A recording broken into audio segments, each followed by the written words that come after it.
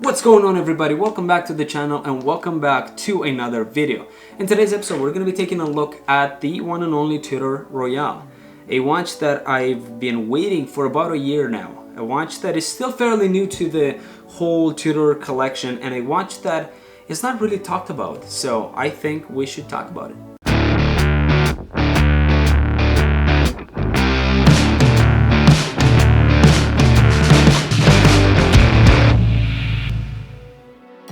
So last year in, I think it was November, was about this time when I first saw the Tudor Royal, and it was released like a month before that.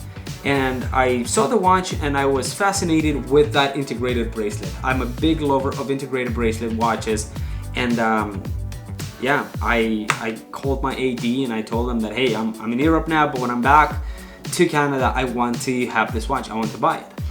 They said, sure, no problems. Half a year or a couple months went by, I came back to Canada. The watch is not available yet. They said, we haven't received any watches, any Tudor Royals, so you gotta wait. Half a year went by, 8 months went by, 9 months went by.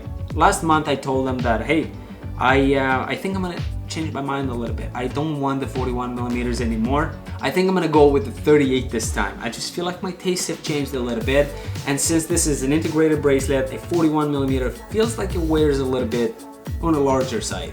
Sure, we wore the 38 millimeter right after, and a week later the 41 millimeter shows up, and I didn't know what to do. So he calls me, he says that, hey, you know, I know we're waiting on a 38 millimeters now, it will arrive soon, but the 41 millimeter is here too. Do you want to take a look at it? I called my brother and I told him that, hey, I don't know what to do. He said, wait for the 38 millimeter. I'm gonna go in and buy the 41 for myself. So now, today I have the Tudor Royal in 41 millimeter day-date complication to review here for you. So we're going to be talking about the dimensions, the things that the watch, you know, the capabilities, water resistance, power reserve, and things like that. We're also going to be talking about the price, things I like, things I don't like, and also we're going to be talking about accessibility and maybe even resale value. So if there's a part in this video that you don't like, make sure to check chapters and skip to the chapter that you're more interested about, probably the price or maybe whatever you feel like. So let's get into it. So the Tudor Royal comes in 4 different sizes. One being 41 millimeter, which is probably the most popular, and then you have 38, 34, and 28 millimeters. So the 34 and the 28, I feel like that is either for dudes with, you know, very small wrists, or ladies would probably be the ones going for those watches. Now, the 41 millimeter is the most popular, like I mentioned, and it's the only one that comes with a day-date complication, which is very beautiful because you have the day right above at 12 o'clock, which is displayed just like the actual Rolex, which I absolutely like, and it's very easy to read at that first glance. So I think that's nice. Now, the watch only, like I said, comes with these 2 complications in the 41 millimeter. So if you want to get a smaller one such as 38, you will only have the date window. Now, the watch that I have today is the 41 millimeter in case diameter with 10.6 millimeters in thickness, or thinness I should say, because I find that anything under 11 millimeters in thickness is actually really nice. It's so slick. It fits underneath the sleeve, underneath the cuff so easily. It's not massive. You know, I can maybe disregard when a watch is a little bigger in diameter, but I absolutely cannot stand super thick watches. To me, that is something that I can't do, and the slimmer the watch, the better. I actually have here a Seiko Tank that is 6 millimeters. Absolutely love it. Back to the Tudor topic here. Obviously, as you would expect, it has sapphire crystal and with a closed case back. So for everybody that doesn't really like to have a closed case back, like my brother, sucks to be you. But I think for a watch like this, or, you know, whenever I see a closed case back, it obviously instills that the fact that this watch is more of a tool watch. It's the way that it's supposed to be, to have a closed case back. You know, obviously the watches that have an open case back, they tend to be more elegant, a little bit more class. So by having a closed case back here just makes me really happy. The watch has 100 meters of water resistance with a screw down crown, which is not the best, but it also makes it a great daily wearer, no problems. Now, one of the things that sold me on the watch from like the first time I saw the pictures of it is the integrated bracelet. The integrated bracelet is a 5-link bracelet, which is super comfortable. It is very slim and it is very, I would say, well put together, especially down where the clasp is. If you've seen Tudor clasps, they close and open extremely easily. Having that ball mechanism is just amazing. I love that. I think it's so simple. I think it's so unique also, and I love the fact that, you know, this integrated bracelet look just brings back the old times. You know, we have watches from the 70s, such as the Royal Oak, such as the Nautilus 5711, and I think those watches wouldn't be what they are if they wouldn't be integrated bracelet. I just think that whole look is amazing. So the Tudor Royal also, you know, kind of follows those, you know, prints and stuff. So it's one thing that I absolutely love. I think a lot of people would like that. Now, a thing that I don't really like about the watch, and it's something that I found out later because I didn't really care initially, I just really wanted the watch, is the fact that it only has 38 hours of power reserve.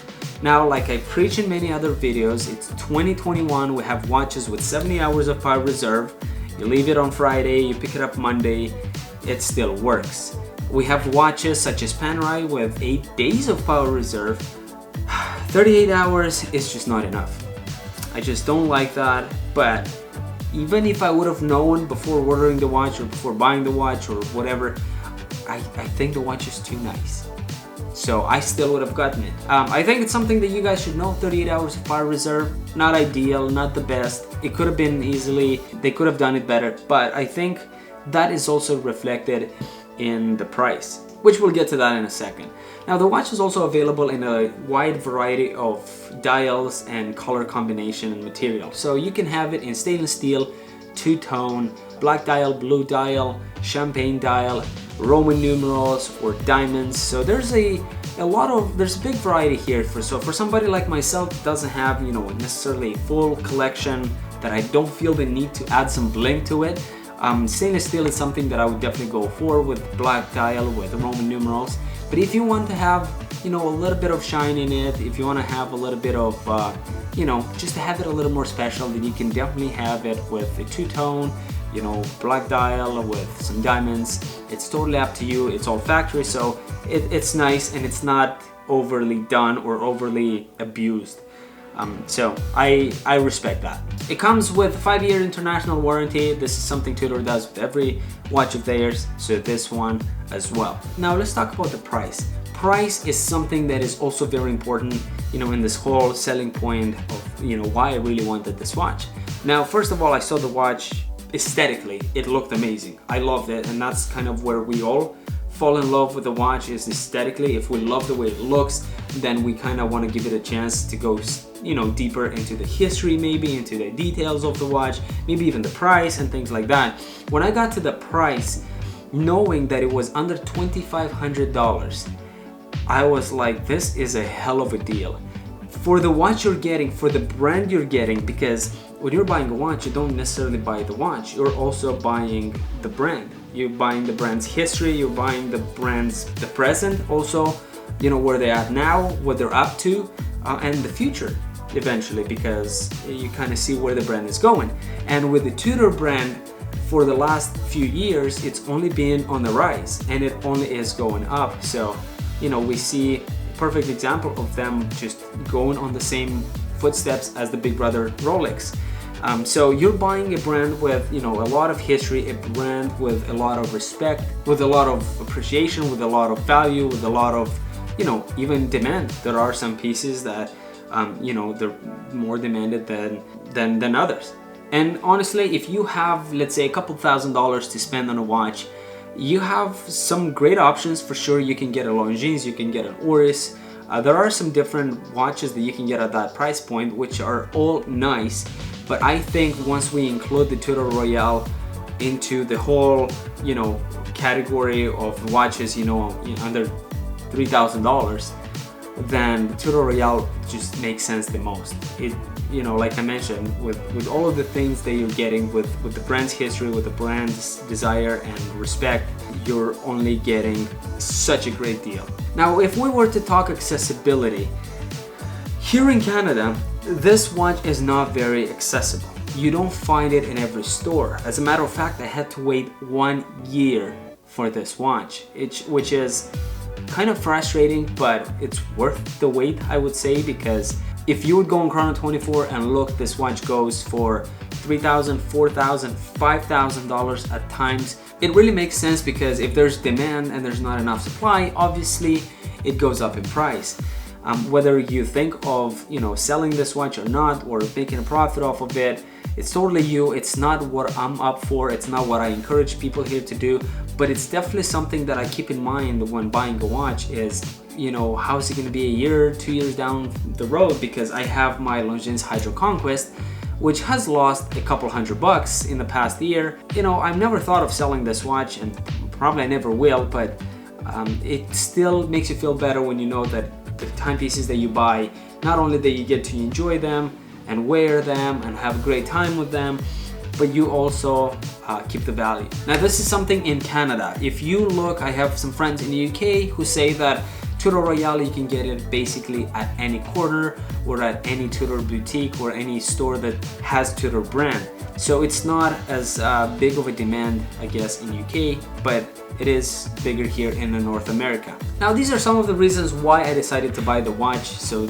you know, just to kind of wrap it up, if you have a couple $1,000s and you're looking on a great brand, if you're looking at something that, you know, is established and it's recognized and it's respectful or respected, yeah, I think going for the Tudor Royal is a great option because you're getting a great daily wearer that is very versatile. Like I said in previous videos about the Tudor, because most of their watches are like that.